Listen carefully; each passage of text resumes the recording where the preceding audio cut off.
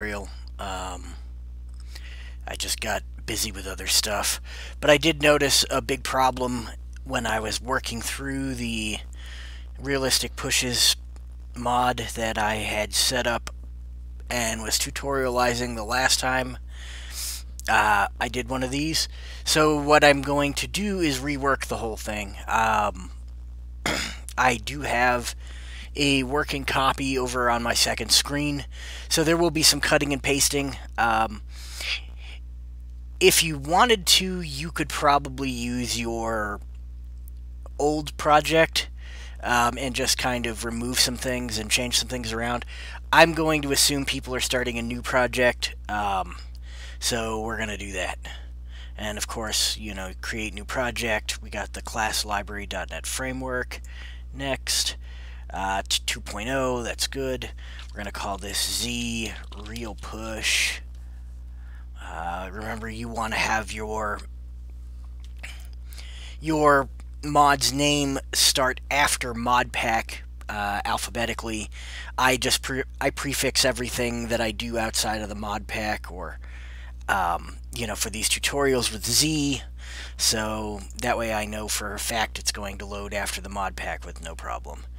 So we do that, we hit create, and it's going to load us a new project here. There we go. Now we're going to add our references. It's been a while, so if you don't remember, it is Unity Engine, PWGR framework, mod pack, and assembly C#, all from your FirePro directory. So let's go here, and I have mine pinned, FirePro managed. I highly recommend you also pin yours in this, in your quick access thing. Alright, so we go C#, mod pack, PWGR, and Unity Engine. Okay, so with those four added, we hit OK, and it's going to stick them up here. There we go. Then, of course, we're going to get rid of these usings. Actually, I'm not going to get rid of them. Who knows what we might end up using. But we do need to add a using DG and a using mod pack. There we go. So now we've set up our basics. I'm going to rename our class because I don't like it to be named class 1. So we're going to go to rename. We will call this realpush.cs. Renaming a file, would you also like to? Yes, rename the class. That's fine. There we go. So, now that we have that all set up, I'm going to do a little bit of copy and pasting. If you did the previous tutorial, you can also do this. We set up a group description in that one. I'm just copy and pasting that right over. If you didn't do the last one, this is essentially what allows the PWGR patcher to display information. And it's just a group description in brackets before any... it's actually before the class, to be honest. It goes between the namespace and the class, so right there. But it will take anything, you know, with this group and enable it when this is checked. It will give the... So your group and the name that it displays in the patcher don't have to be the same, and then it gives the you can enter the description here. To enter those, it's just group description in brackets followed by a parentheses and then group equals and then the name that you are naming your group, the name that you want to display in PWGR equals, and then the name you want to display in PWGR, and then description equals, and then the description you want to display in PWGR. It's a pretty easy setup. Again, you can watch that tutorial if you want to hear me talk about it more. So, in the last mod, we set up, you know, the whole point was to get a window and a wrestler tracker going. So we're going to do that now. We're going to add to the form, or to the project, what we need. We need a new class, and this class is going to be called Wrestler Data Tracker. Anytime you need to use the ModPack's wrestler data tracker, that's what you want to do. It will look in all loaded DLLs for a wrestler data tracker class, and if it finds it, it will import things as needed. I'll talk a little more about that when we get to it. And then I'm going to add a form. So we go Windows Forms. Windows Forms, this is we'll call this real push form. And it's going to add that, and we're not going to do anything with it yet, so we can just close that. And do we need to do anything with the main class right off the bat? We do not. So what I'm going to do is I'm going to go into Wrestler Data Tracker. We're going to set this up.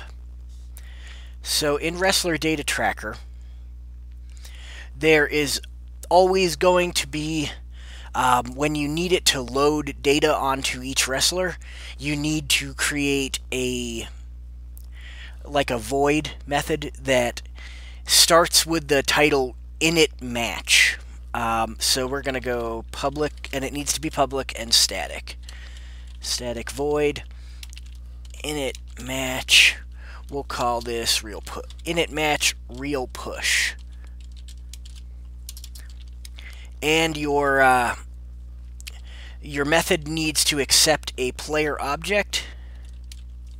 So we'll go player PLOBJ, and it needs to accept a ModPack wrestler data manager.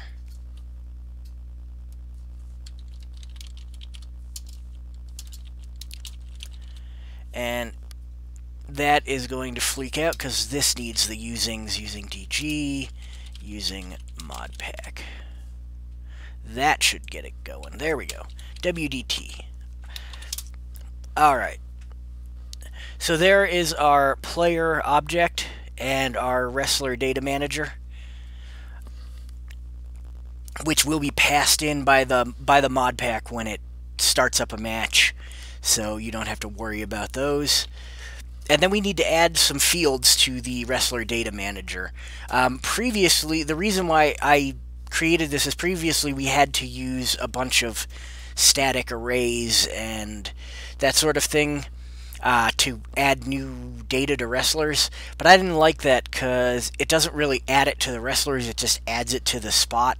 So when you have things like the Extended Royal Rumble, that obviously doesn't work because that spot gets recycled, you know, for potentially a lot of different wrestlers. So there's no, you know, it's really hard to store data in those slots in matches where the wrestler that slot is going to represent changes. So this avoids that. We can add them to the actual wrestler, and that's the end of it. You know, we don't have to worry about adding it to or keeping it in an array and worrying about, well, does this still correlate to the wrestler that we wanted? So to add data, it's got a simple public method called add tracked data. That method takes a name, so we're going to call this push, and then it takes the value that you want to set it to. We are going to set it to get push, and then we're going to pass in the player object, and we'll write that method next. And then there are a couple of other things that add track data can take.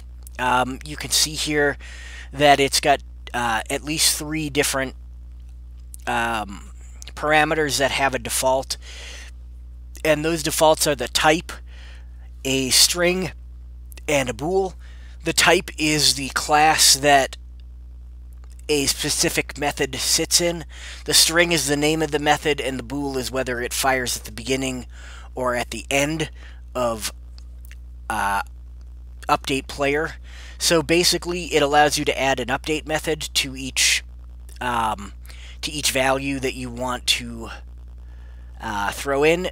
That would update on update player. We don't really need that for this particular one, so we're just going to leave them at their default values of null, nothing, and false.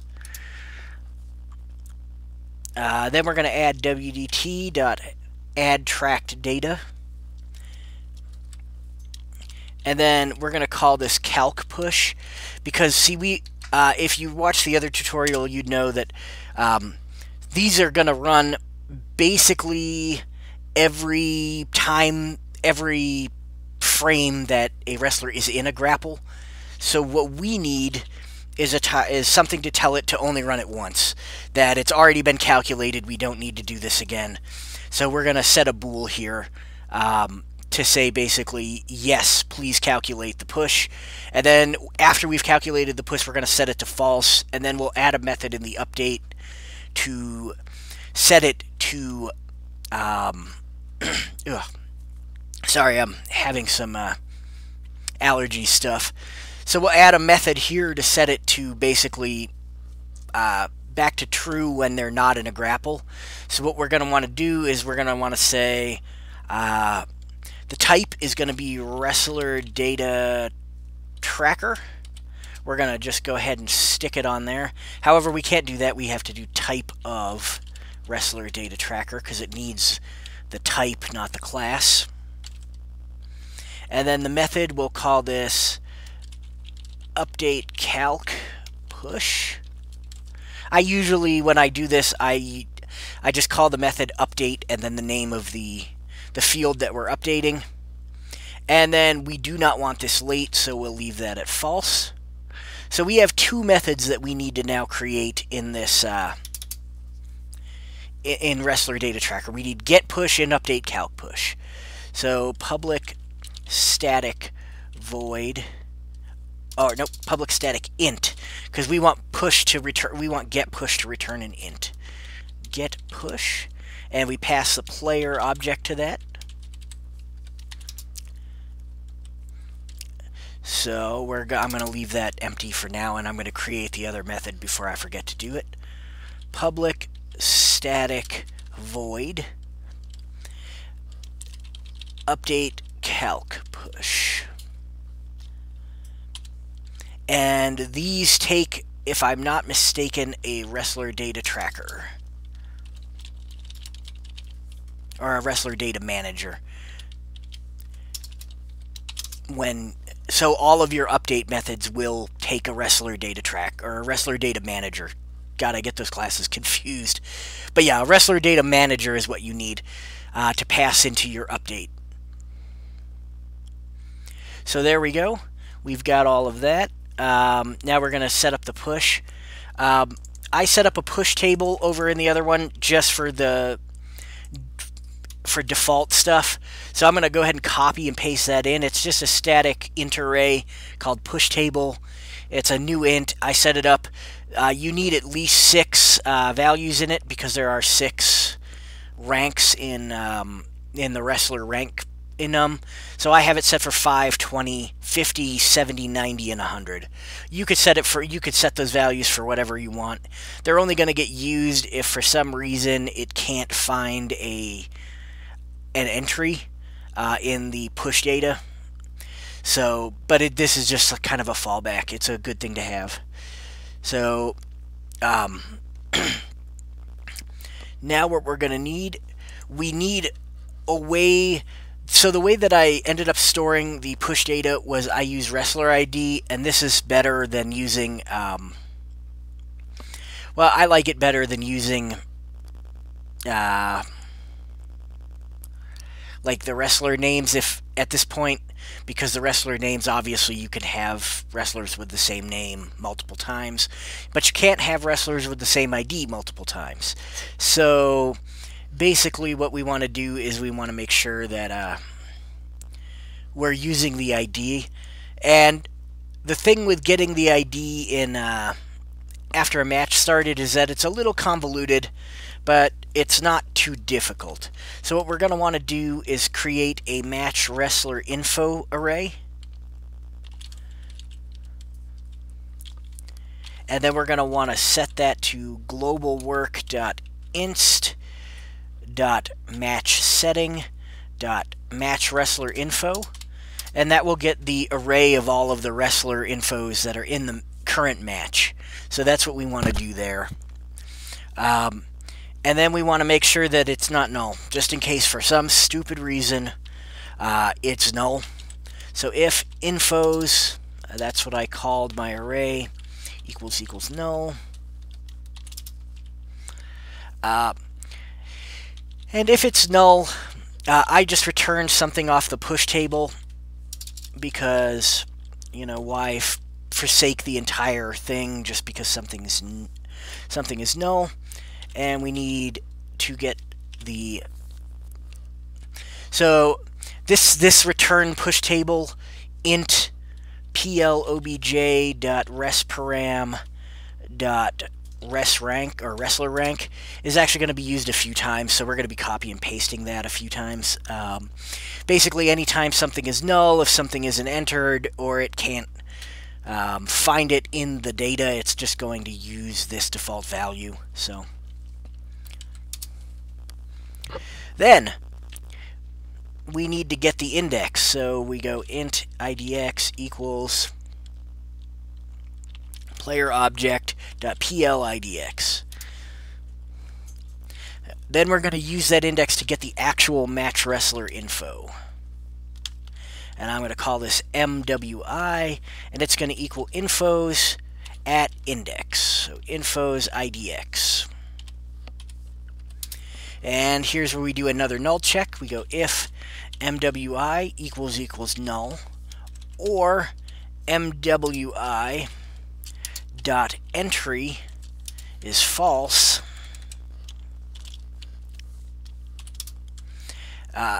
We're going to return the push table again. So copy and paste that, paste it right down here, and that will. So if it's not entered, or if it's null, it'll just return whatever it'll get this rank for the player object and return that instead of using a custom push. So now we have one more thing. We have got to remember I said I stored the push data as an ID and an integer.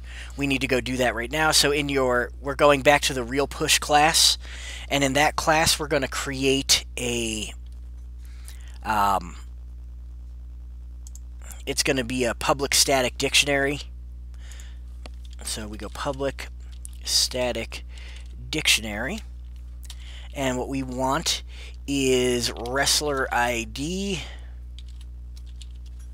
and int for the keys or for the entries, and we're going to just call this push data, and then of course it's going to equal a new dictionary. There we go. So now that we have that there, go ahead and save it, and then we'll be able to call it here. So we go back to wrestler data, and if real push dot push data dot contains key, and then we're going to go MWI.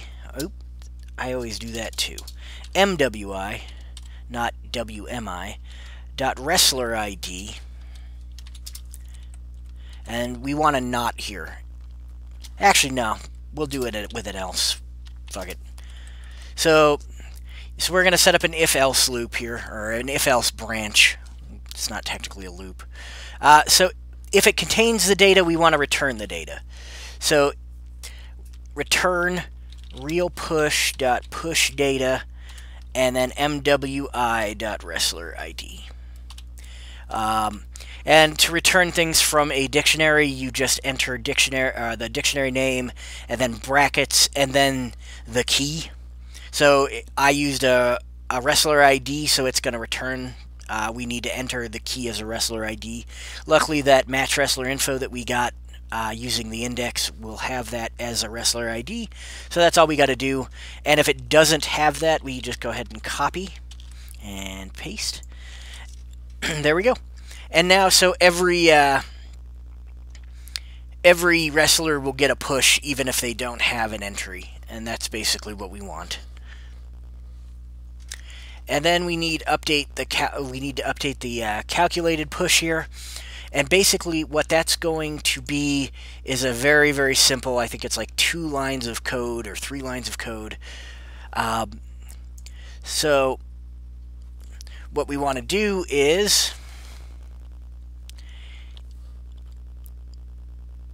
if WDT, actually, let's assign a player.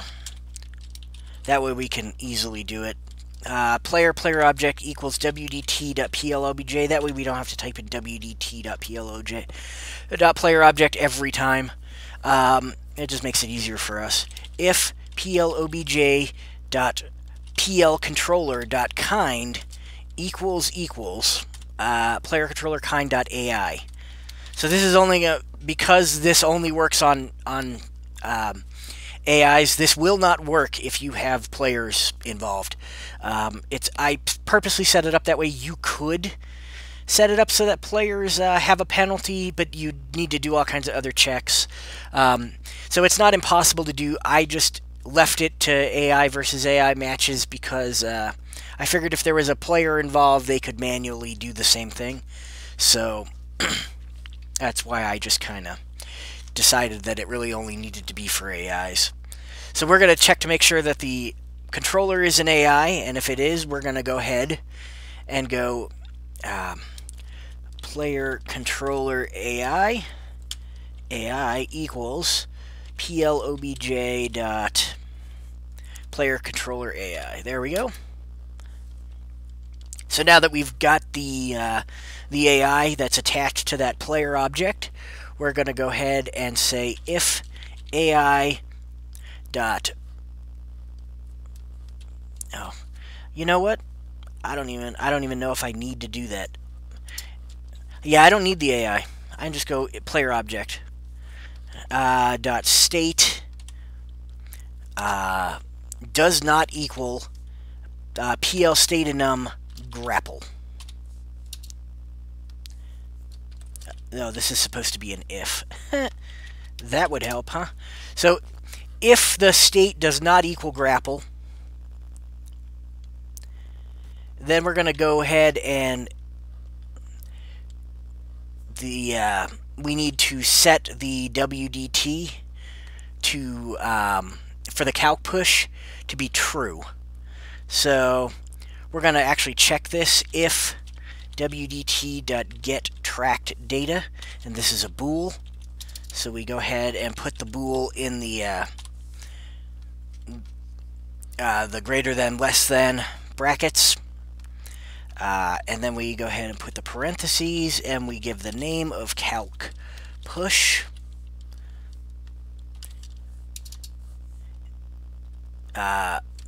So we want this to be if it is false, so let's go ahead and add our exclamation there.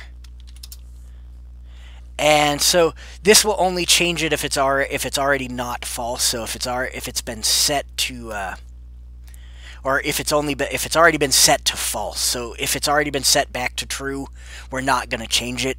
It's because that's an extra step that we don't need to take. So wdt.change tracked data calc push, and then we enter what we want to change it to. So we're going to change that to true. And there we go. So that is going to update it at the beginning of every update player. It will check to see if they're in a grapple, and if they're not, it will set this back to true, so that the next time they're in a grapple, it will calculate the push again.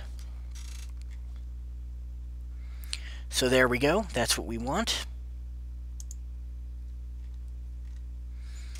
And that's everything we need to do with Wrestler Data Tracker, so we can go ahead and save that.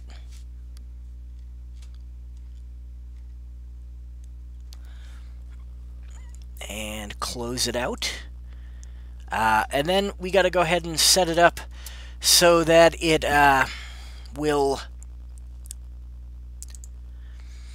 so that we calculate the push when we need to.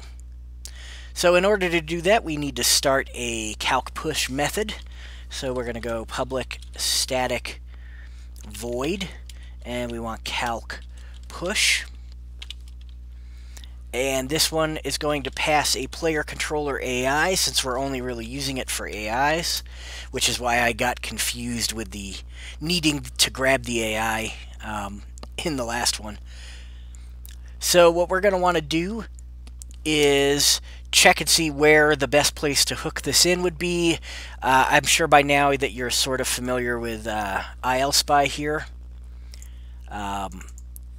So we need to go to our player controller AI and see where the best place to hook this is.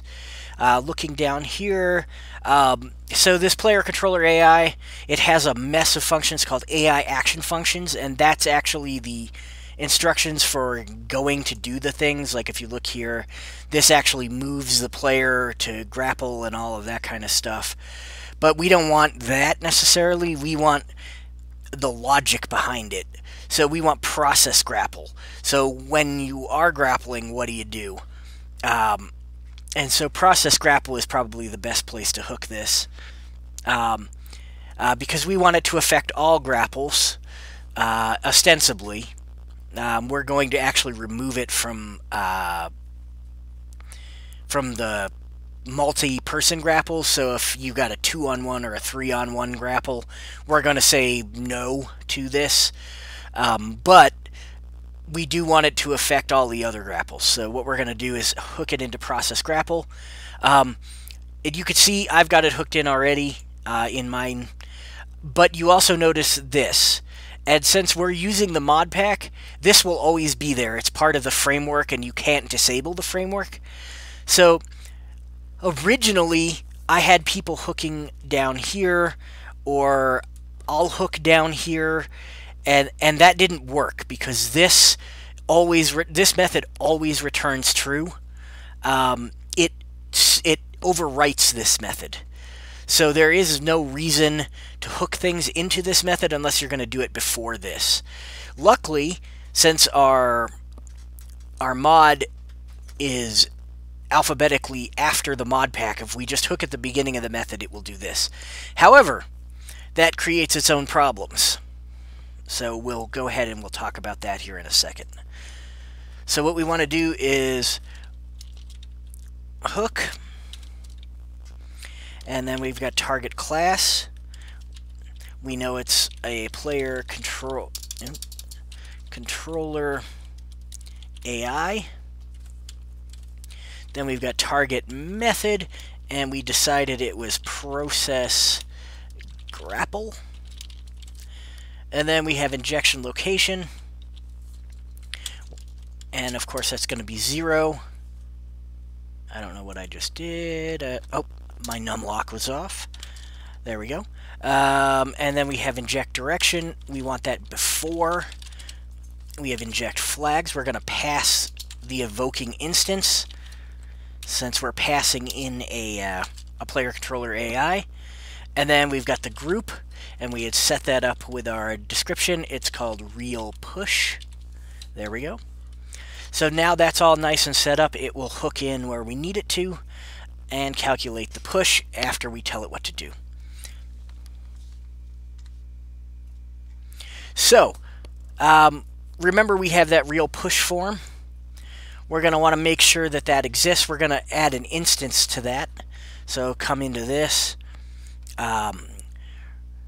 Right here at the very beginning, we're going to go real push form instance equals null. And this is going to be public and static. And then, of course, down here when we instantiate the class, we need to go instance equals this. So that way we can have an instance of our form and only do one of them instead of having forms open all the time, because that's not what we want. So now we go if real push form dot instance equals null, or real push form dot instance dot checkbox 1. We're going to add that in a second. Dot checked, and we're going to come back here and say if that's false, then we're just going to want to return. So let's go ahead and add a checkbox to our real push form. Okay, there we go. And we're going to go ahead and change the text on this checkbox to say real push enabled. There we go. So that will enable it if that's checked. The other thing we have to do, if you remember, is change this to public, the modifiers of the checkbox. Otherwise, we won't be able to see it from other code. So this should actually make it. There we go. So now it makes sure that that real push is enabled before it continues. If it's not enabled, it'll just quit out. So now we need to get two player objects. We need the grappler and then the target that the player is targeting. So we need player plobj equals ai.plobj. And then we need player, I just called this one target, equals, and for this one we need to call playerman.inst.getplobj, and then we need plobj.targetPlayerIndex. And then we need if there is no target, so if exclamation point target return, because we don't, if he's basically this says if for some reason the game thinks that the player is targeting no one in their grapple, then just return, because something is wrong and we don't want to make it even more wrong, so just get out of there. And here's where we're going to disable the multi-person grapple. So we want to return if it's multi-person. Every multi-person grapple has the word platoon in it. So what we're going to want to do is if plobj.grappleType .toString .contains, and then platoon, capital P, return. And so that will get us out of this method if they're doing a multi-person grapple, because once you start adding in 2 or 3 possible attackers, this becomes very complicated, and it needs to get recursive and check on itself to make sure that it's not modifying things it shouldn't be, and no one wants to deal with that, so it just won't work in platoon grapples. It's not worth the effort that it takes. So we're going to have one more out. We don't want this to fire if there's player control in the grapple. So what we're going to do is we're going to end up creating a method called player control, and we're going to pass in plobj and target to player control, return. So now let's come down here and create our player control method. It's of course going to be a bool, so we go public, this can be a private static bool player control. We don't want player controller, we want player control.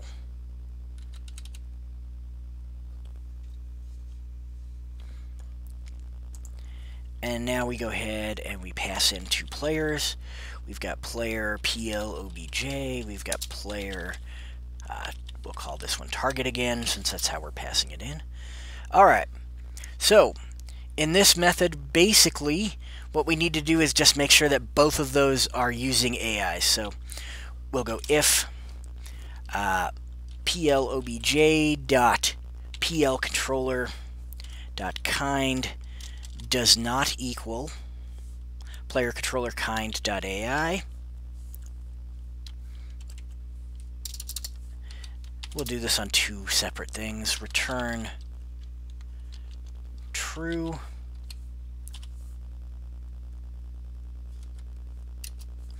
And if target.plcontroller.kind does not equal player controller kind dot AI, return true, and return false. So we want to add the little exclamation point in front of that in our calc push method, since we only want to return, or no, we don't. God, I'm not thinking. Okay, so yeah, if this returns true to having player control, then we go ahead and return. Otherwise, we're good and we can continue on. So that will make sure that if one of these players are not controlled by the AI, we get a true here, and so then we return and this method doesn't do anything. Otherwise, we go ahead and continue on with the method. So remember I mentioned here in our IL spy that this might cause us a little bit of problems because we have to put it before this. Well, if you look here, our grapple attack wait time, which is what we're going to be modifying, it's the thing that makes the AI wait a certain amount of frames before it attempts a button press. It isn't set up till later. So what we need to do is we need to make sure that our changes aren't being overwritten. So we need to come in here and do an if branch, if AI.grapple attack wait is greater than -1. So that's the only time we want to mess with any, basically the entire rest of the method is going to be only if that is greater than -1. Because if it's greater than -1, then it's already been set up. It won't be overwritten by anything that the process grapple is going to do later, because it's going to come back into this, and every frame that they're in a grapple, it's going to come back into this process grapple method. So it won't matter that we're doing it only if it's -1 and it hasn't been set up yet. So the first time it enters process grapple, it's actually going to skip this method it'll skip out of that because it won't have been set up yet. And then the second frame that it comes in, it's actually going to go ahead and adjust all of the wait times and everything. So that's essentially how it's going to work. So what we need to do now is get the wrestler data manager that's attached to the grappler. So if wrestler data manager dot get WDM, and we are going to do AI.plidx here. So get the wrestler data manager.get WDM takes it can take a player object or a player index. And it outs a wrestler data manager.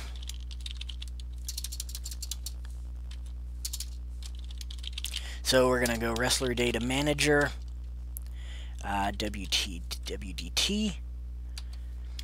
and it's a bool. It returns a bool based on whether or not it found a wrestler data manager attached to this object or this index. So we only want to continue this if it does find a wrestler data track or a wrestler data manager. So that's how we're going to handle that.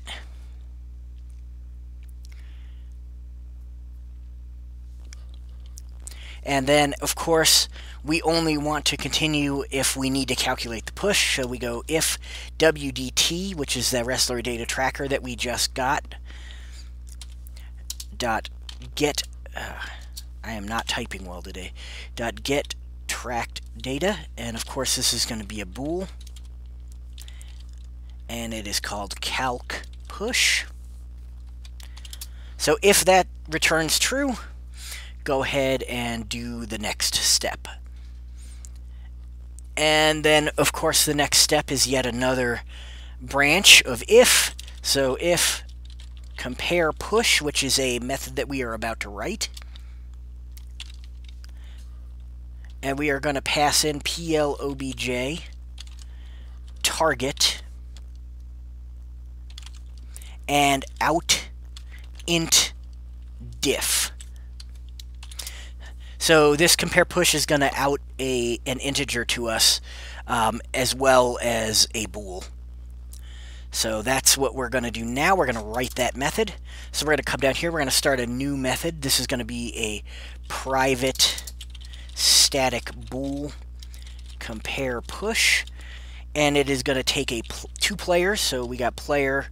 We'll call this PLOBJ, player target.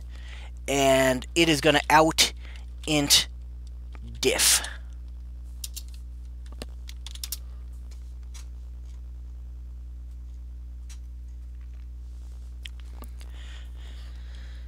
So now what we're going to do is we're going to go ahead and set up two of these. Wrestler data manager WDT and wrestler data manager WDT2. So there we go. You know what? Let's just initialize them right off the bat. Equals wrestler. That way you can see the other get WDM. And then we're going to just pass in a player object. So we'll do PLOBJ for that one. And equals wrestler data manager dot get WDM. And we'll pass in target for this one. And then we'll go if WDT equals null or WDT2 equals null, return false. So there we go. If for some reason there are no, oh, we gotta set up the int as well. Int, or we don't have to set it up. We just have to give it a value. Int equals 0 to start with. There we go. Now it's not having a fit about returning. So we got diff equals 0 there as well. That gives this a value because it's got to have a value before anything can be returned. So there we go. So if it is false, this is gonna, or if these are null, if there is no wrestler data managers attached to these objects, it will return false, which will basically say don't use the push setup that we're going to do. Just let the grapple run as normal, which is what we want to do. So there we go. Now we want to set up a nice little if WDT.get tracked data, and this is an int, and it is called push,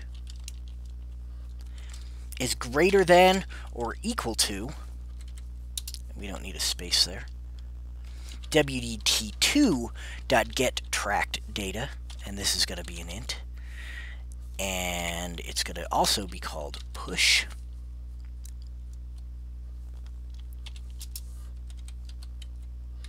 There we go. And then what we're going to do is set diff equal to WDT.get tracked data. And once again, it's also an int. It's called push minus WDT2.get tracked data. It's an int called push. And then we're going to say if diff is less than 0. It shouldn't be, but just in case. Oh, we don't need the thing there. If diff is less than 0,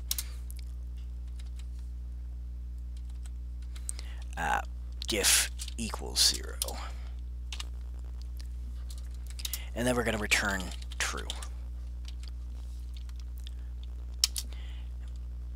And then we just return false. So there we go. This basically sets it up so that it checks to see if the push of this wrestler is greater than the push of that wrestler. If it is, it will go ahead and subtract the pushes and give us the difference in the pushes, which we're going to use to determine whether or not to continue. So basically, a wrestler with a higher push versus a lower push has a much greater chance of triggering the push mechanic. So if you put like a wrestler with a push of 95 against a wrestler with a push of 90, they're mostly going to wrestle the way the engine would have them wrestle. About 5% of the time the push is going to play, and that wrestler with the 95 is going to basically automatically win the grapple, barring any counters. This doesn't affect countering. It just affects whether they are going to be the one initiating the grapple move, essentially. So, if the logic is stupid and is calling for moves that it can't do, it's going to get countered still, but that's fine. But let's say you have a wrestler with a push of 95 against a wrestler with a push of 45. Well, that's 50, the difference. So you're going to end up half the time that the wrestler with the greater push is going to be automatically winning grapples with no RNG involved.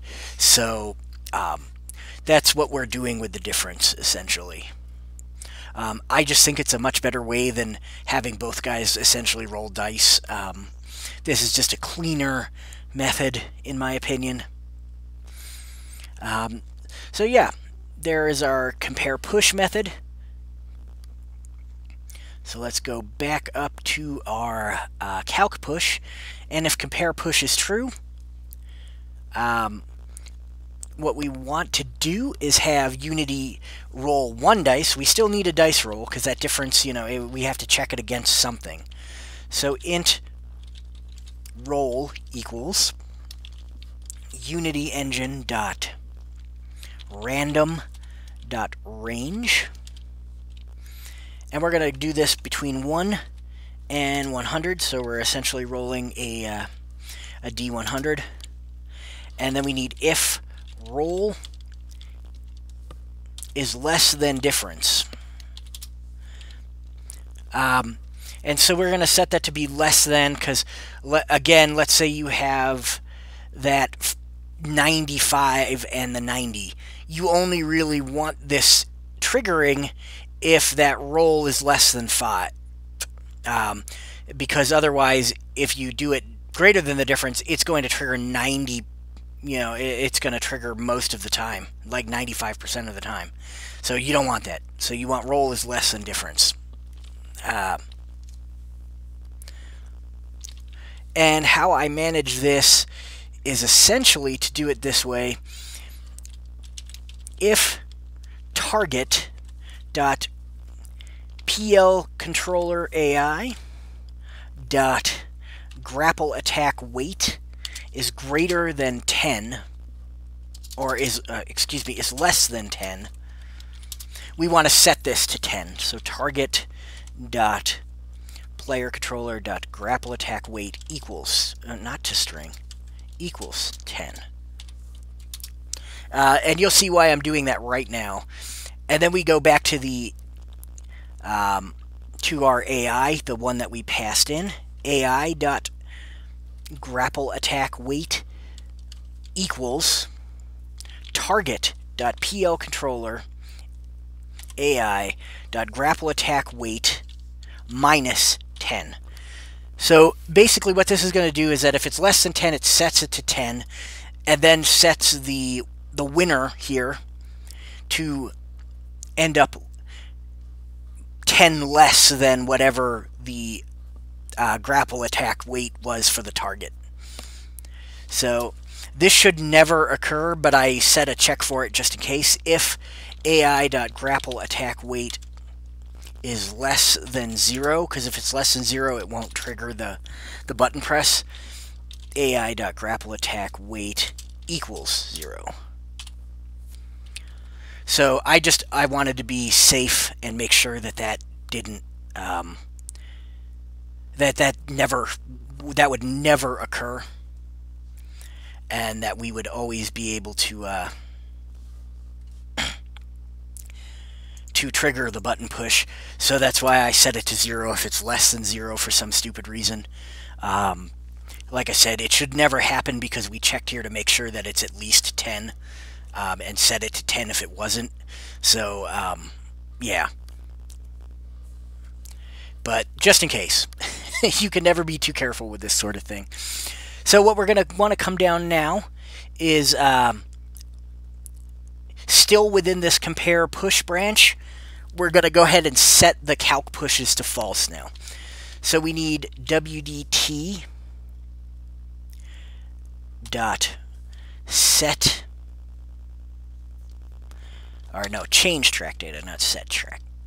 Change track data, calc push. Oh, we got to do the quotations.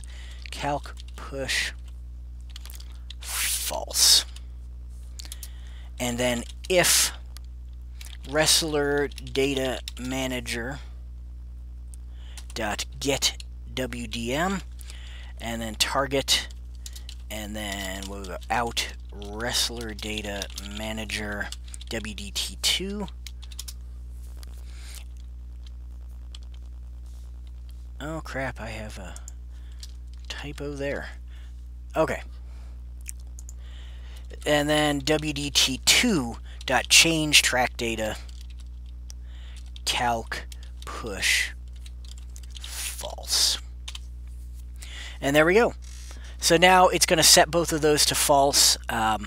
We already got the tracker data here, so we don't need to do that again. So we only need to get the one for the target down here, which we hadn't done yet. So, and that's pretty much all you need to do in this method. That's going to set everything to where it needs to be. It's going to make sure that this that the player with the higher push wins the grapple, just so long as the roll is better than the difference. And that's what we need.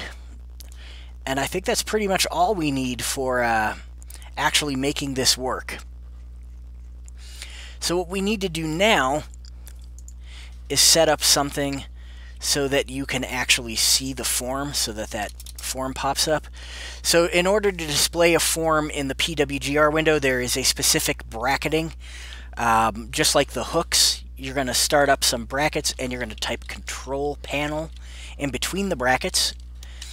Then you're going to go ahead and in the parenthesis, in a pair of parentheses next to the control panel, you're going to go group equals, and then whatever you're calling your group. For us, it's real push. There we go.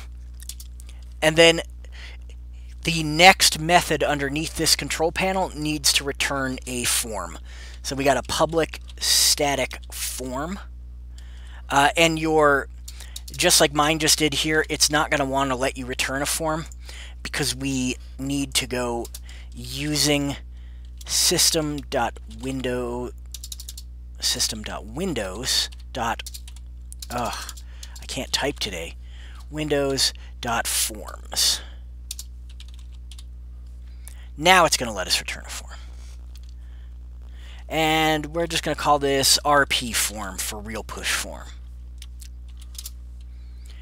And we go if real push form dot instance equals null, return new real push form, else return real push form dot instance. So essentially this will make sure that you can't have multiple copies of the form open if for some reason, because this is actually called every time somebody quits back out to the menu, or not to the menu, but to like that title screen. And I've disabled that in the mod pack, but in case there's some weird way that it ends up back on the title screen, this prevents multiple copies of this form from opening, which prevents multiple data loads and all kinds of problems. So that's why you always set an instance on your forms. You always check to see if the instance is null when you do the control paneling. for PWGR, and you return a new one if it is null, and you return the instance if it isn't, and that prevents you a lot of headaches in the future. So that's why we went ahead and did that. So essentially, we are done with our Real Push class now. We really only have the form to work on now, so we can go ahead and close this. And we've got this. All your colors and everything, you can set them to whatever you want. Your form border style. I tend to use sizable tool windows. I like that there's not a whole bunch of garbage up here. I like that there's not a logo over here that I have to change. I don't hate the square corners. I don't need the rounded corners, so I prefer this quite a bit to the standard one. So that's why I use it. You don't have to. You can use any of them. I recommend not using a borderless form. That will make your life miserable on the in the PWGR window.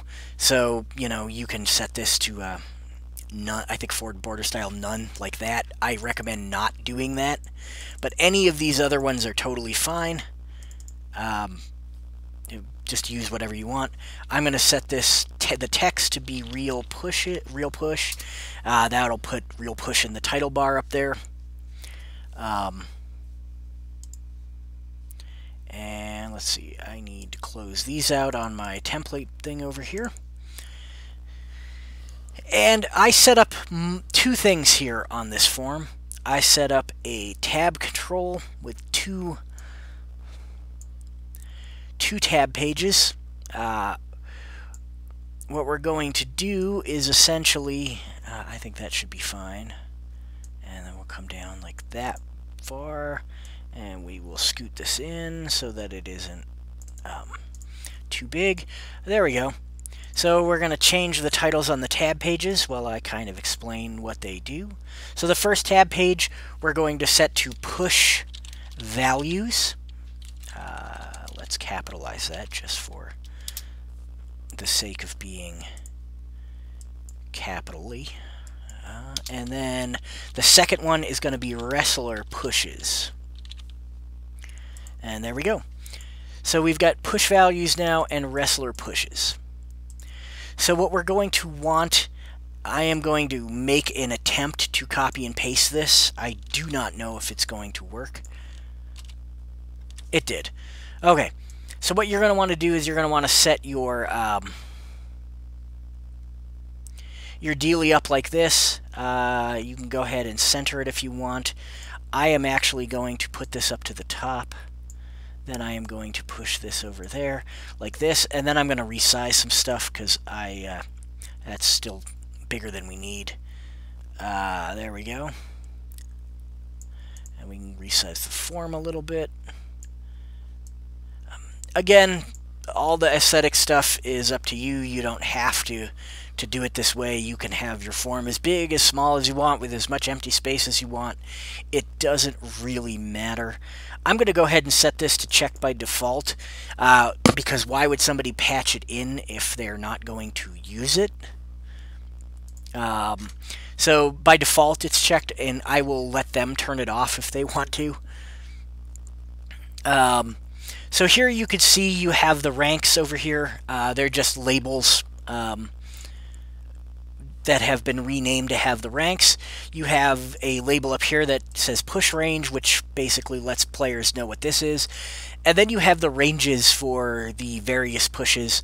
I have rank E going from 1 to 20, rank D going from 21 to 37, rank C going from 38 to 54, rank B going from 55 to 71, rank A going from 72 to 88, and rank S going from 89 to 100. You can set these to whatever you want. I recommend not overlapping them unless you want to. Also keep in mind that I'm not going to teach you how to keep these from, like, let's say your low end is higher than your high end. You know, that's just basic programming stuff. I'm not here to teach a C# course. You know, so I didn't do that because I'm not releasing this to the public. You are, and you should basically know some you should know some C# to be able to stop that from happening. So you might want to, let's say double click on this and put that in there. I'm not going to for the sake of time.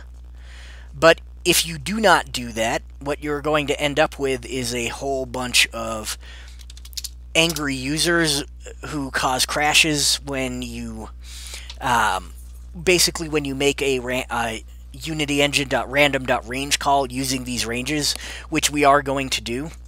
So I would make sure that the low end is lower than the high end. But again, you should know some basic C# and be able to do that on your own. I'm not going to walk you through that. I didn't do it on my project just because I'm not releasing my project to the public. But since you may, and if you're not going to release it to the public, as long as you know that, that's enough. But if you're going to release it to the public, you absolutely want to make sure to have some check in that to make sure that they don't, that the ranges are valid. And let's see, that is 1 and 2, and of course 4 and 3. Yeah, pasting in Visual Studio is stupid, and it reverses everything. For some reason, it pastes from left to right, or from right to left instead of left to right. So for me, for you, if you're building this, yours may, and you haven't pasted it in, like if you just pull these from your toolbox and put them on the form, the names of these boxes may be different, but since I pasted them in, they're a little weird. I ended up with here's 4 over here and 3 over here. This is 6 and 5, etc. So keep that in mind when we're doing the code for these, that mine may be a little weird because I copy and pasted them. So the first thing that we're going to do is we're going to go ahead and double click on this to bring up the code for the form. And we're going to save. And when we load, we're going to need to load 3 things. We're going to need to load the default values. So we'll say load values. We're going to need to load the wrestler pushes.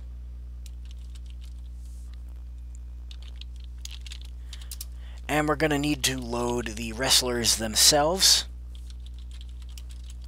So there we go. I forgot that we have a whole nother thing over here, so let's do that. I'm going to do the same thing. I'm going to copy and paste. So, forgive me, you're going to have to set this up on your own. But this is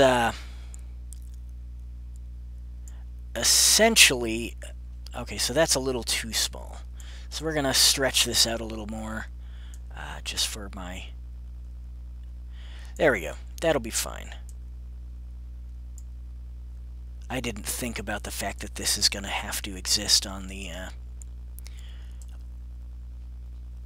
next one. Okay, there we go. So this is just it. It's 3 labels here, labeled wrestler, wrestler rank, and push. A numeric up down, a button, and a combo box. I have set the combo box to be drop-down list instead of regular just drop-down. And I have set it to be sorted so that because your wrestlers are going to appear in here, and you're going to want them sorted. That's going to be nicer. So there we go.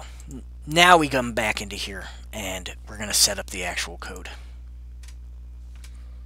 So load values is going to be our first thing. We need a private void for this. Load values. Doesn't need any parameters.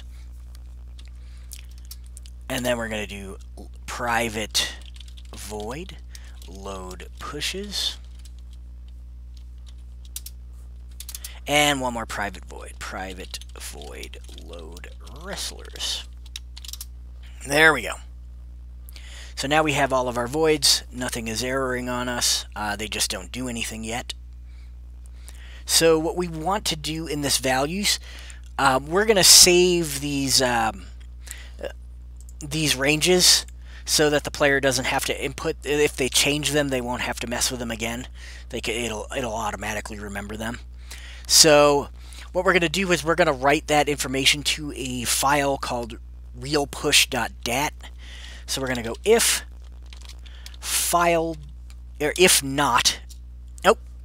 What we're going to want to do is add using.system.io.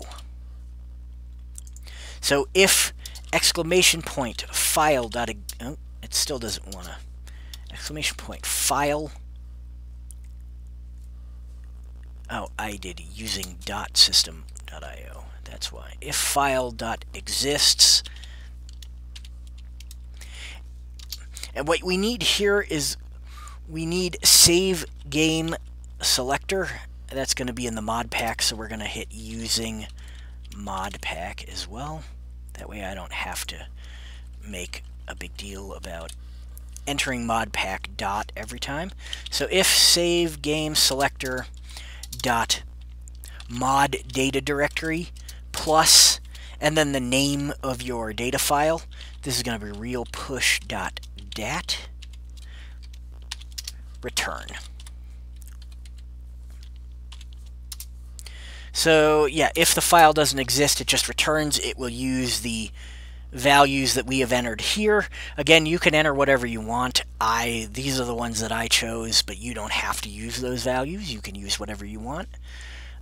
You don't even have to be constrained by a 1 to 100 thing. You could do 1 to 1,000. You could do 500 to 1,000. It doesn't really matter.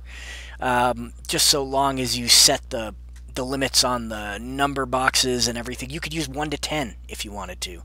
But yeah, I chose 1 to 100 because I think that people understand that I have no viruses. Go figure. Yeah, I feel like people understand that range pretty intuitively.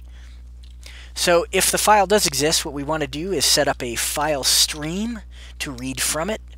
We'll just call it stream equals new file stream, and we are going to point it to save game selector dot mod data directory plus realpush.dat.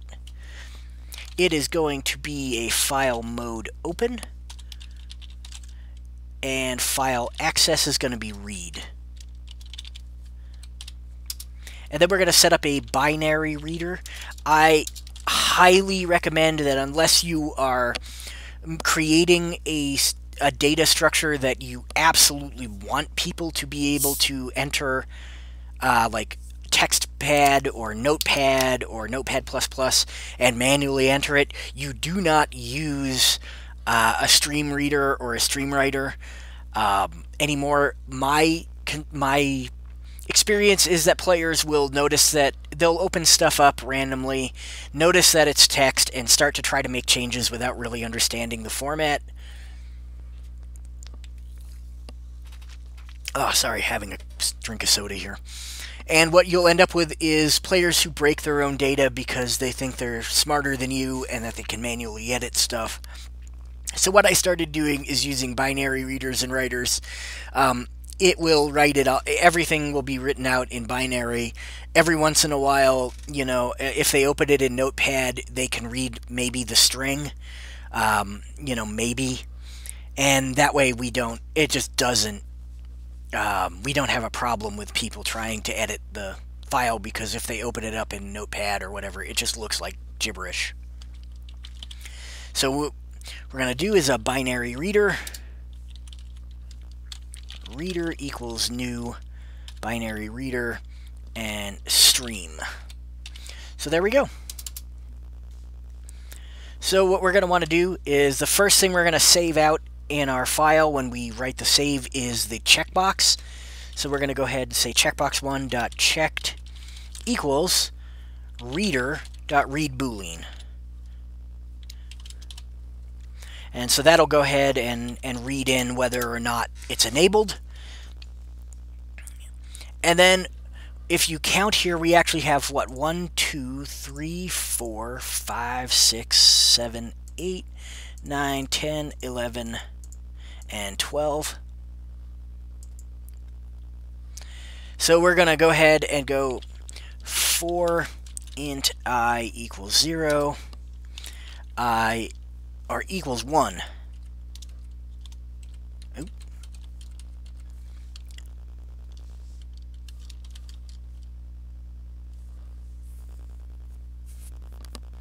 I is less than or equal to 12.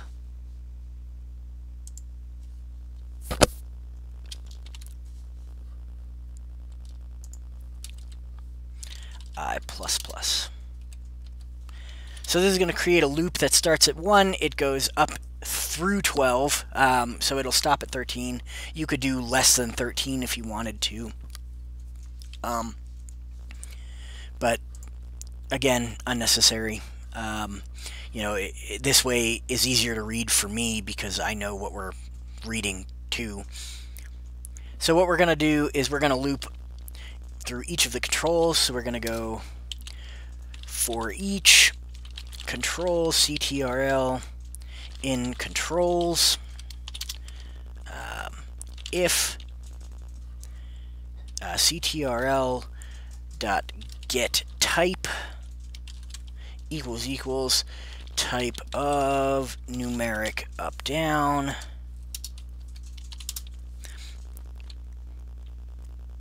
if control.name, I'll explain all of this in a second, equals, goddamn, I can't type today, numeric up, down, plus I to string, numeric up, down, nud equals, CTRL as numeric up down and nud.value equals reader.read into 32. Oh, nope, it needs to read a decimal. Huh.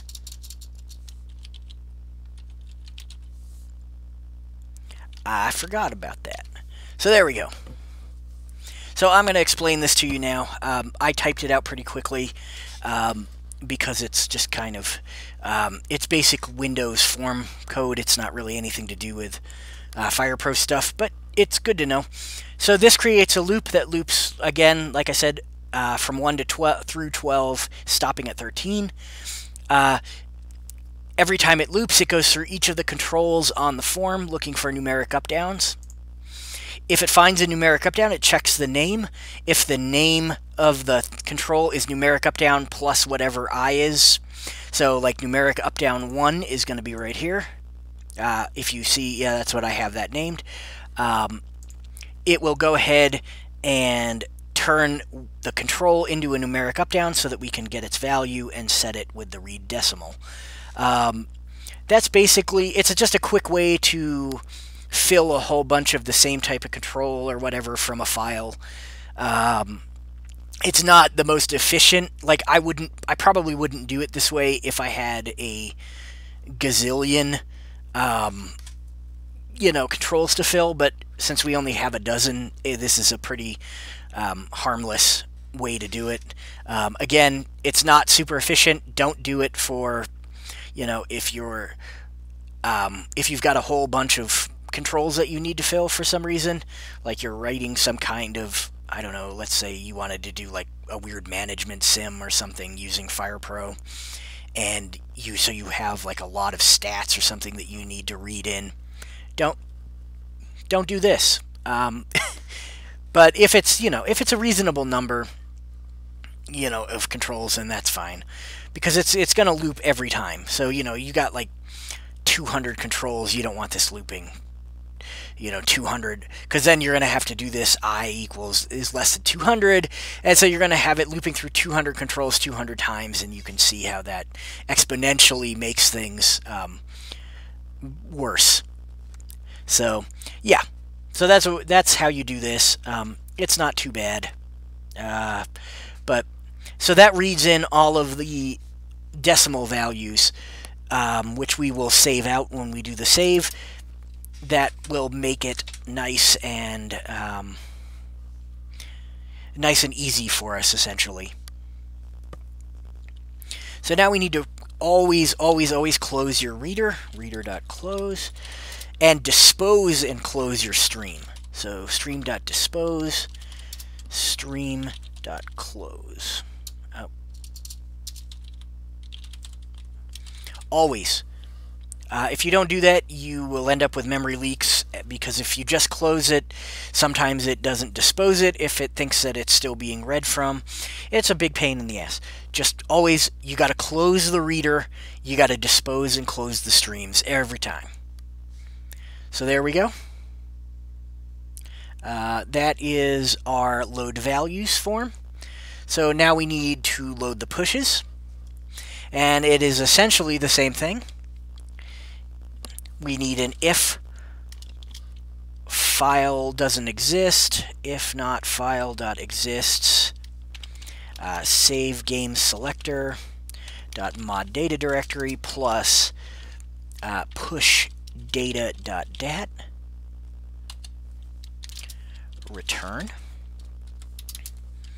Otherwise, we go ahead and get another file stream. We're going to call this stream again, equals new file stream, and of course we want this to point to the same thing, so save game selector .mod data directory plus push data.dat. And I know that this is getting a bit long. I want to do this all in one take. I think that anybody watching this at this point is probably fairly invested in modding, so it's not going to be that big of a deal for them to just kind of power through the video.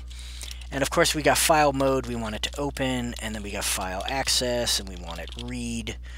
And then we go binary reader again, just call this reader one more time, equals new binary reader, and we're reading from the stream. Okay, there we go. So now, we need to set up an int count, cnt equals reader.read int32. The one thing about using a binary stream or a binary reader instead of a stream reader or a stream is that you can't use peak. There is no peak. So the best way to determine how long or how many entries are in the file is just to include that information when you're saving the file. So when we save it, the first thing we save is the number of records in the data, and that's what we're reading in there with that count. So then we create a loop, so for int I equals 0, I is less than count, I plus plus. We do not want this to be less than or equal to count because we're starting at 0, just less than count is fine. And then we are needing to do wrestler ID. ID equals wrestler ID. You're going to have to cast that, so you're going to need wrestler ID in parentheses, and then reader.read int32. Because when we save it out, we're actually going to have to save it out as an integer and not as an enum, because binary readers can't write an enumerable, or can't write an enum, so you're going to have to save it out as an integer, and then read it back in as an integer and cast it to the enum. And then we're going to do int push equals reader.read integer 32. So there we go. Now we have gone ahead and read in that record, because that's all we need to store. It's just, if you remember when we set up our dictionary, it's just a wrestler ID and an int. So that's all we need. And then we're going to go if not real push.push data.contains key ID. We're going to add. So real push.push data.add ID comma push. Else real push.push data at value ID equals push. This should almost never occur where you're loading in data, because it should load when the game loads, but just in case, again, something weird happens where the ID already exists, let's say it gets output into the data twice somehow when you're saving, this will avoid an error where it tells you that a duplicate key, you're trying to add a duplicate key. It'll just find that key and then enter it. It'll overwrite the push value that is stored there instead of throwing an error, and that's infinitely better for the end user, because in my experience, end users can cause lots of problems that you don't anticipate. So it's best to just kind of, if you can think of why it might go wrong and you can think of how to fix it, it's best just to do it, because they're probably going to break it. And then, of course, that's all we're going to need to do there. Once it gets, through that loop and adds or updates everything, we just need to go ahead and close the pushdata.dat file. So to do that, we do reader.close, stream.dispose, stream.close. Now, there's one more thing that we need to do. We need to load all of the wrestlers and put them in that combo box here on this form. And we need to assign wrestlers a push if they don't have one already, based on their wrestler rank, obviously. And we need to remove wrestlers from this push database that no longer exist in your game. So we need to prune it. So here's how we're going to do that. Since we're adding these to a combo box, the first thing we want to do is clear the items. So combo box 1.items.clear. And then we go for each edit wrestler data. Did I spell that wrong? I did. Edit wrestler data, edit in save data.inst.edit wrestler data. That's where all of your edit wrestlers are stored. So we're going to loop through that and get the information. So since I have it sorted, the mod pack has a really nice way of storing an ID and a name. I called it ID pair. So what we're going to do is ID pair. ID equals new ID pair. And then we're going to get the name. So we go database.getWrestler. Man, I can't type. Database.getWrestler full name. And then we're going to do wrestler ID, edit wrestler ID. There we go, and that's going to get the name. And then you're going to put a comma after that call to get wrestler full name. And you're going to go int, because the ID pair can store all sorts of things. It's not just wrestler IDs. So I change all of the IDs to integers. So int, and then edit wrestler ID one more time. And that creates an ID pair, which will help you display it nicely, but still be able to get the ID without too much of a problem. It's what I use anytime I need to sort the wrestler data so that it's alphabetical. You always want to put it in an ID pair, because otherwise it's real hard to get that information without creating a lot more work for yourself. So, and then we do combo box 1.items.add, and then you just add the ID pair straight to the combo box, and that will help it. When the ID pair is turned into a string, it displays the name. So when you put it in the combo box, what it's going to display is the wrestler's full name. So that's why we got that there. And then when we need to get the ID, we can just call id.id or id.toWrestler ID. I'll show you. It's easy. You'll get it. And then what we need to do is we need to create... So let's say that this wrestler doesn't have any push data at all yet. So he's like a fresh wrestler.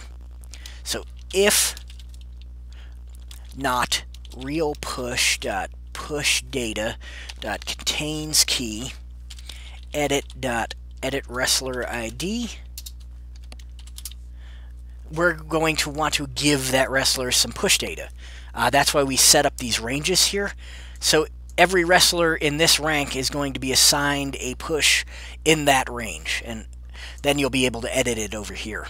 But this just keeps it so that the user doesn't have to go in and manually assign pushes to every wrestler from the get-go. It will take the ranges and then assign a push to them, and then it will be good to go. And I'm actually going to add another button to this. in a second, that because I just realized that when it loads, it's going to assign everything, but then when the wrestler, or if the user edits this, it won't make any difference. So I'm going to go ahead and essentially assign everything to it, or add like an update button essentially. But so what you're going to need here is we're going to create another function or another method called assign push, and what you're going to want to pass into assign push is edit.edit wrestler ID. And of course, now we come down here, we create our private void assign push, and we have a wrestler ID. There we go.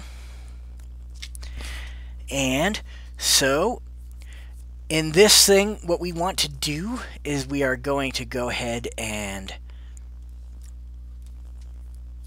create a switch statement, essentially, that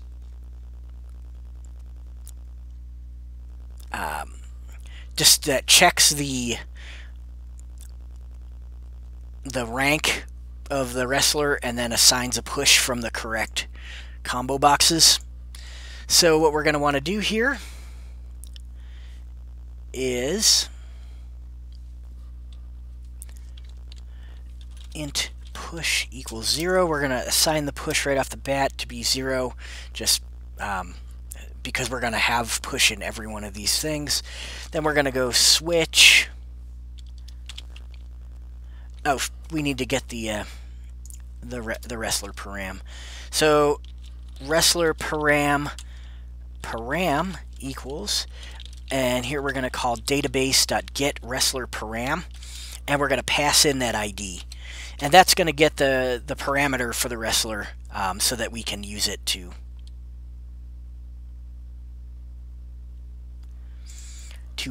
check the switch here. So what we're going to do is switch on param.wrestlerRank,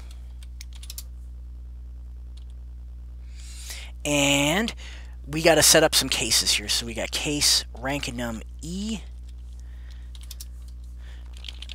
break, case rank enum D break, case rank enum C break, case rank enum B break, case rank enum A case rank enum S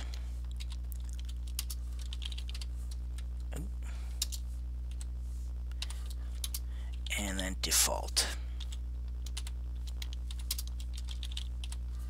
Okay, so oh, sorry. So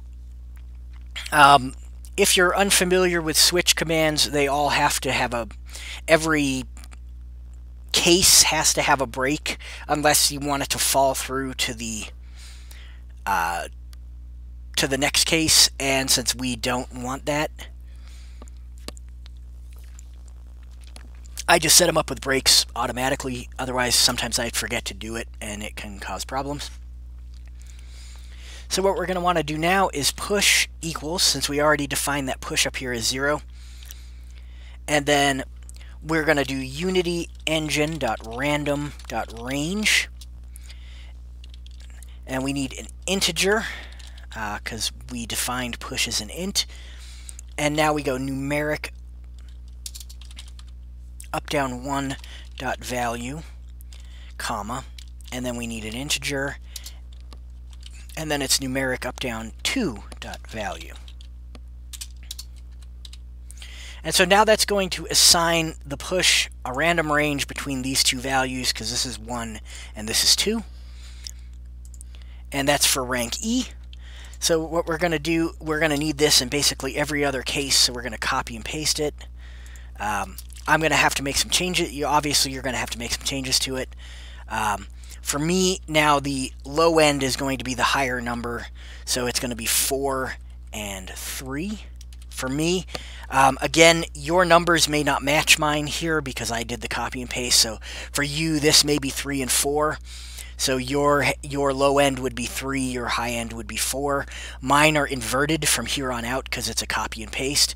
So I'm going to have 4 and 3, and then I'm going to have 6 and 5, etc. So we're just going to keep copy and pasting down and changing those values. I'm not going to read off my numbers anymore so I don't confuse you, but keep copy and pasting down, changing the values to what they need to be.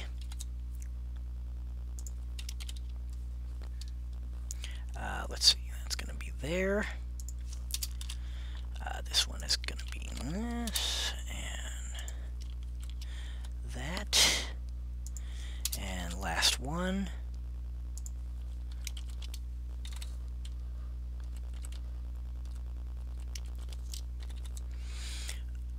Okay, and then when you get down to default, you should pretty much never ever need this default. It's again just an absolute, just a complete stopgap for errors. We're going to assign push to be 50, which is halfway, so it essentially should be in the C wrestler rank range, and it is.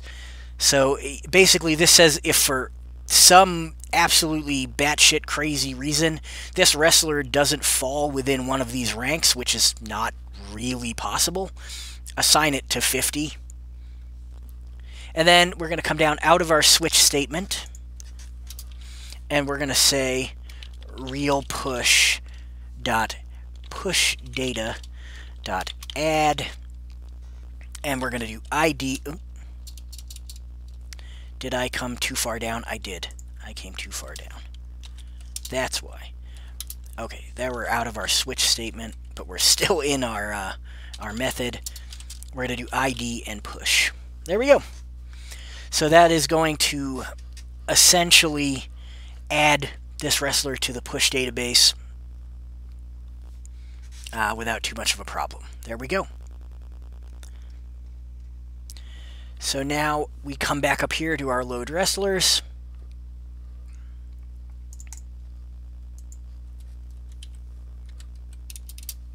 And I had mentioned that we are going to need to prune our thing. Like, let's say you delete a wrestler. Well, unless we remove them from here, if they're no longer present, they're going to stay in this push database forever. We don't want that. So what we're going to do is create a list of wrestler ID. We're going to call this remove equals new list of wrestler ID. And then we're going to make 2 loops because when we're doing a loop, we can't edit the thing that we're looping through unless we're not going to loop through it anymore. But since we want to loop through everything, what we're going to do is for each key value pair, and these are wrestler ID. Helps if I spell it right. And int, and we'll call this entry in real push dot push data. And then we're just going to do a very simple if not save data dot inst dot is used edit wrestler ID. And we're going to do kvp.key, which is, kvp is what I called it in the test thing. This one is called entry.key. And so this is going to pass in the wrestler ID that is used as the key to this method in save data called isUsedWrestlerID. And if it comes back false, we're going to add it to remove. Remove.add entry.key. And so, yeah, this will not return.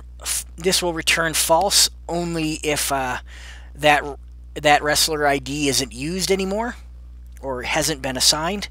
So basically, this says that if you get a false, we're adding it to the remove thing, and we're going to go through here now again, and we're going to go for each wrestler ID, ID in remove.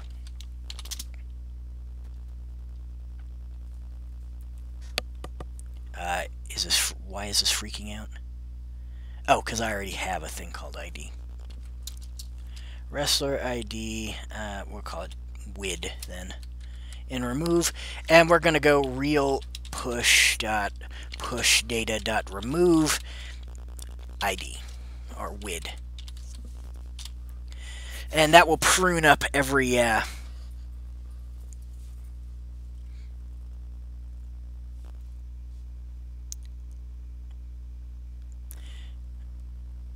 okay, so I see where I made an error here.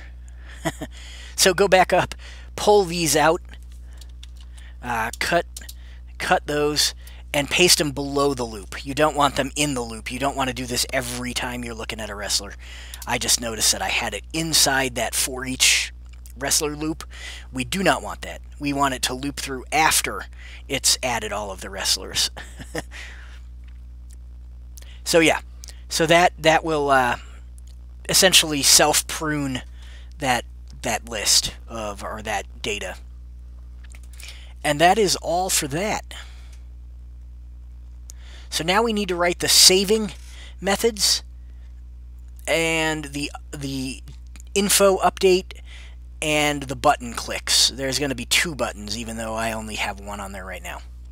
So in order to do the saving, we come out here, we click on the whole form, we go over here to events, and we hit the form closing event, and we set up 2 new methods, save values and save pushes.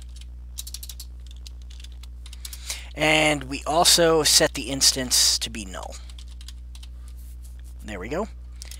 And we go private void save values, private void save pushes. There we go. So now we're going to save the values and the pushes. It's a pretty simple thing. We're going to set up 2 more. We're going to set up another file stream. So we go file stream, stream equals new file stream, save game selector dot mod data directory plus real push dot dat. Oh, I have to put this in quotes. Real push dot dat. This is going to be file mode. We're going to create this. You do not want open or create. You do not want create new. You want create straight up. And file access is going to be write. Then we're going to create a string binary writer. Writer equals new binary writer using stream. Okay, so we want writer.write. Remember the first thing we wrote here was whether or not the it was enabled, so we got checkbox1.checked. Then we're going to do another loop, pretty much exactly the same as we did with the read loop. I'm going to cut and paste this. It is literally the same as this loop, except we're going to change one thing.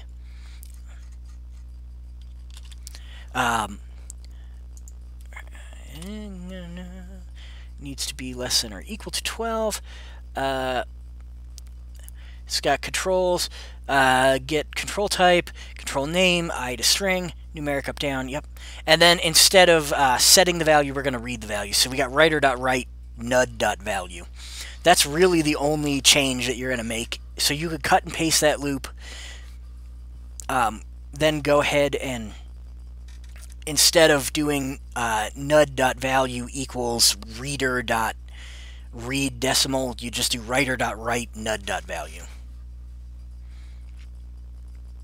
And then, of course, we close the writer, and we dispose and close the stream.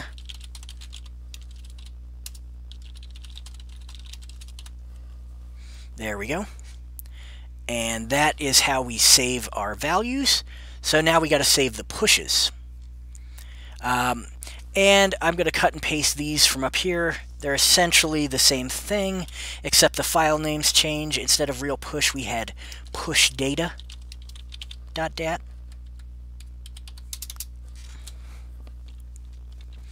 And then we need writer.write, and we need real push.pushData.count, because remember we got to write in the amount or the number of records that we have stored or that we're going to be storing.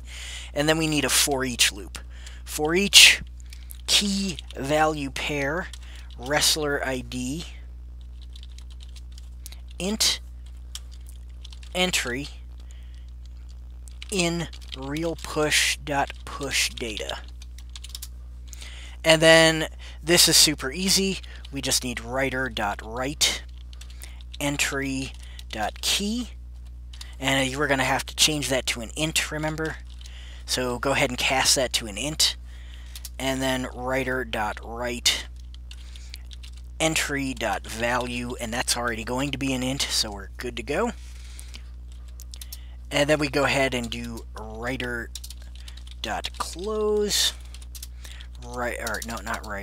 stream.dispose, and stream.close. Alright, so now literally you have saved your values and your pushes. That's all you need to do. Everything should be good to go. So now we just need to read, or to take care of the updates here. So when we change this, we want to update the rank to display it to the user and to display the current push that the wrestler has. So we're going to go ahead and double click on that, and you should get a combo box 1 dots or underscore selected index changed. And from here, what we're going to want to do is we're going to want to set our basically our default values. So we got label 9.text equals, and this is just going to be wrestler rank with no information here. This is label 9 right here. So we're going to set that to just be like it is, and we're going to set numeric up down 13 dot value to be 0, and then if combo box 1 dot selected index equals -1. That -1 is what it will equal if there is nothing selected in the box. So if for some reason you know, the previously selected item no longer exists or something like that, and they go to change it and it ends up in a null value, this will prevent it from erroring out. So if it is -1, just return. Now we need to get the ID pair, because remember we stored everything in that box is stored as an ID pair. So ID pair ID equals combo box 1 dot selected item as ID pair. You have to cast it to an ID pair like that, otherwise you won't be able to use it. Now we're going to go ahead and get the wrestler param just like we did in the assign values thing. So we got wrestler param equals database.get wrestler param, and here's where we can use the ID. We got id.to wrestler ID, and we just go ahead and do that, and it will get us the wrestler param of that ID. And then we can go ahead and set label 9.text again to be actually useful this time. I'm going to go ahead and stick a $sign in front of this, which will allow me to use integer values without having to concatenate the string. So we got wrestler rank. Then you go ahead and put curly braces, and then we got param.wrestler rank. And then there we go. And that will basically turn this into a string and insert it into this, because we have the $sign and the curly braces there. So that'll be nice. And then we go if real push.pushData.contains key id.to wrestler ID numeric up down 13 dot value equals real push dot push data ID dot to wrestler ID, and that will display the value right in here. So there's a couple more things that we need to do. We need to, one thing is that every time you do a wrestler here, you are going to want to include a button that says refresh, because players can add wrestler data, you know, during their session, and they might want to have that pop up here. So we are going to go ahead and hit refresh. We get off of the events, change the text to refresh. And when they hit refresh, what we want to do is go, we want to call load wrestlers again.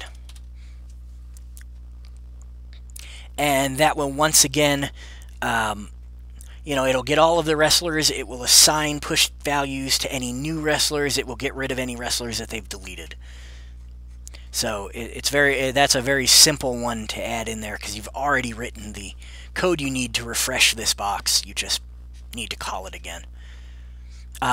Then we need to do the save thing. So when they click save, what we want to do is we need to make sure that the combo box isn't if combo box 1.selected item equals -1, return. You can't have it working on nothing, so that's what we're going to do there. And then of course we need to get an ID pair, so we're going to go ahead and just copy and paste this just for the sake of brevity. Why is this freaking out? Oh, because that's selected item, not index. We need selected index equals -1. Okay, so there we go.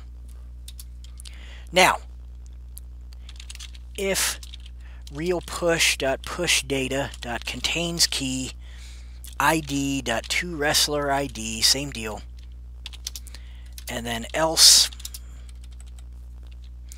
we got to do real push.add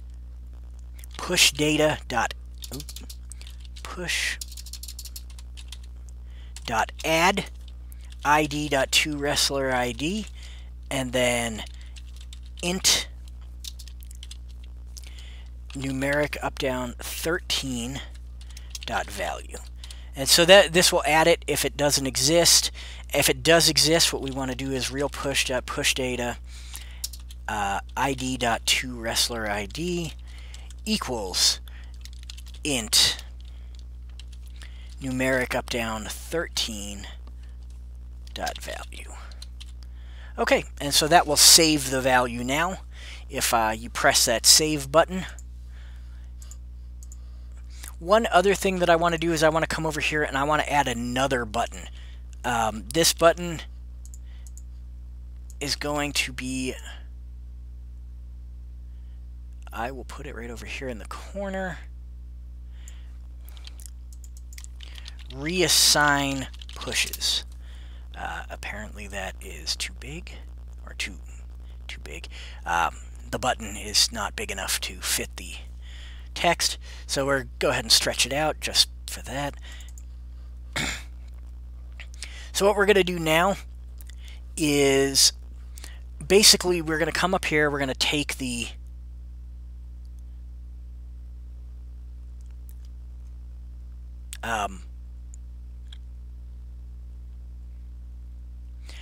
we're going to have to make a couple of changes to our assign push. What we're going to want to do is add an optional bool here. Bool exists equals false. So here's where we go. We go if not exists. You go ahead and add them. Else real push.pushData at ID equals push. There we go. And since we have this set to false, we don't need to change this thing up here because it's automatically going to be false.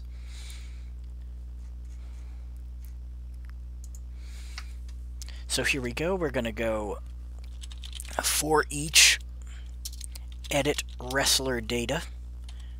Edit in, helps if I spell edit right, in save data.inst.edit wrestler data. And we need to make that check. We need to be sure that whether that push exists or not. So if real push.push data contains key edit wrestler ID, else. So we're going to go assign push edit wrestler ID, and that's going to be true. Else we're going to do assign push edit, and then it's going to get edit wrestler ID, and that is going to default to false. So if it already exists, it's going to overwrite it. If it doesn't already exist, it's going to add it. But this allows you to, if you change these drastically and you want to reassign everything, you could just click that button and it will go through all of your wrestlers and reassign them. And I think that that's all we need. That should pretty much cover everything. So you're going to go ahead and build it.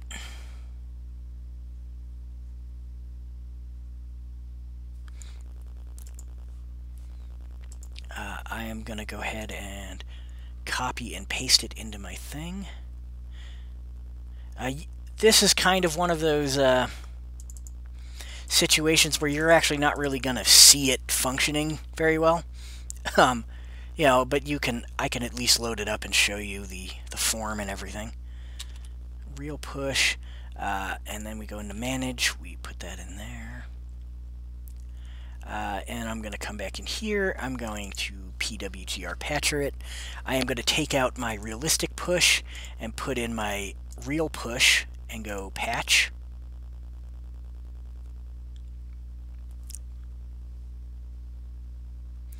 And let's go here. Let's go here.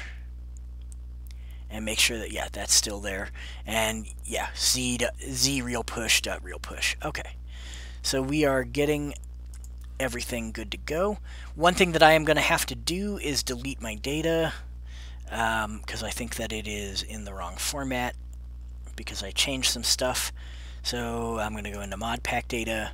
I am going to go into save games and NAWC, and I have push data and real push need to go. Push data, real push, gone. Okay.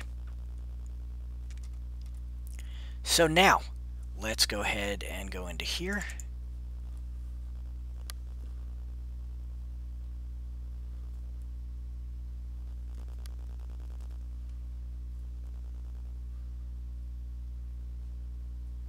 Come on, load up. There we go.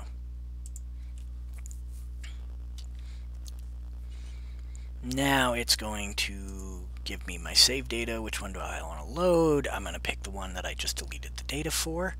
It's going to do this. I'm going to stop it from updating like that, and then wait till it loads. That's the only way I know of to avoid if you start to get blank screens because the update doesn't work right or whatever. You just have to put it into this not responding state and wait. Shouldn't take too terribly long. There we go. We've got that real push form. You could see it right there on the top. It's got our default values. We can go here and check our wrestler pushes and see we've got Bob Harris. He's ranked a C. He's got a push of 44. If we look back there, that's perfect. Buddy York, he's got a push of A. He's ranked 77. perfect. You know, count roar stock, rank to C, got to push 53. Yep. So anyway, you can see how that works there, where it just assigns a push to people. That way the user doesn't have to just kind of randomly do it. We should have 2 wrestlers with an S. They should be Johnny Walters. He's an S. He's pushed 90, so he's on the low end of the S. And the other one should be Rocky Wilbur, and he's pushed to 97, so he's on the high end of S. So, you know, between Wilbur and Johnny Walters, there's a 7-point difference. So 7% of the time between those 2 wrestlers, this mod is going to take effect, and Rocky Wilbur will basically automatically win the grapple. Between, like, let's say Johnny Walters and, let's say, somebody with a slightly lower push that's, that is nice and even, maybe. Does anybody else have a nice even push? Yeah, 50, Lars Lundgren here. So between Johnny Walters and Lars Lundgren, there is a 40% or a 40% chance that he is going to win that grapple. And it would be even higher, you know, if you've got an E-ranked guy with like a 10, you know, he would have an 80% chance. So that's a good way. It was a good way of basically asserting that higher ranked wrestlers were going to win those grapples more often. Therefore controlling the match, giving them a pretty heavy advantage, but not controlling against wrestlers who are more evenly matched, who are, you know, in the same bracket. You know, you can still get some difference between guys in the same bracket. I think there is about 16 points of difference in the brackets. But you know, that's not a crazy amount, you know. I mean, winning 16% of the time it's going to be a little bit of an advantage, but it's not going to be the end of the world sort of advantage. So, and I mean, most guys, that's like if one person has the absolute lowest value and one person has the maximum value. I think the most that they could separate is 16 with the current setup. And again, you can change that even more. You can have, if you set both of those values to the same thing, you can have no range. So, you know, the wrestlers in the same bracket would have a 0% chance because they'd all be, both wrestlers in the B rank would be 80 or whatever, you know. So when you subtract 80 from 80, you get 0. So there's a 0% chance that wrestlers in the B rank, when they face off against one another, would get an advantage. So I thought that was a clever way of doing it. Anyway, this is running long, and that should actually be what you need to get this working. So I'm going to go ahead and call this and upload it to YouTube. And yeah, we'll go from there. If anybody has any questions, I should be around. Yeah. All right. Hopefully I see some people working on some mods. All right. You guys take care.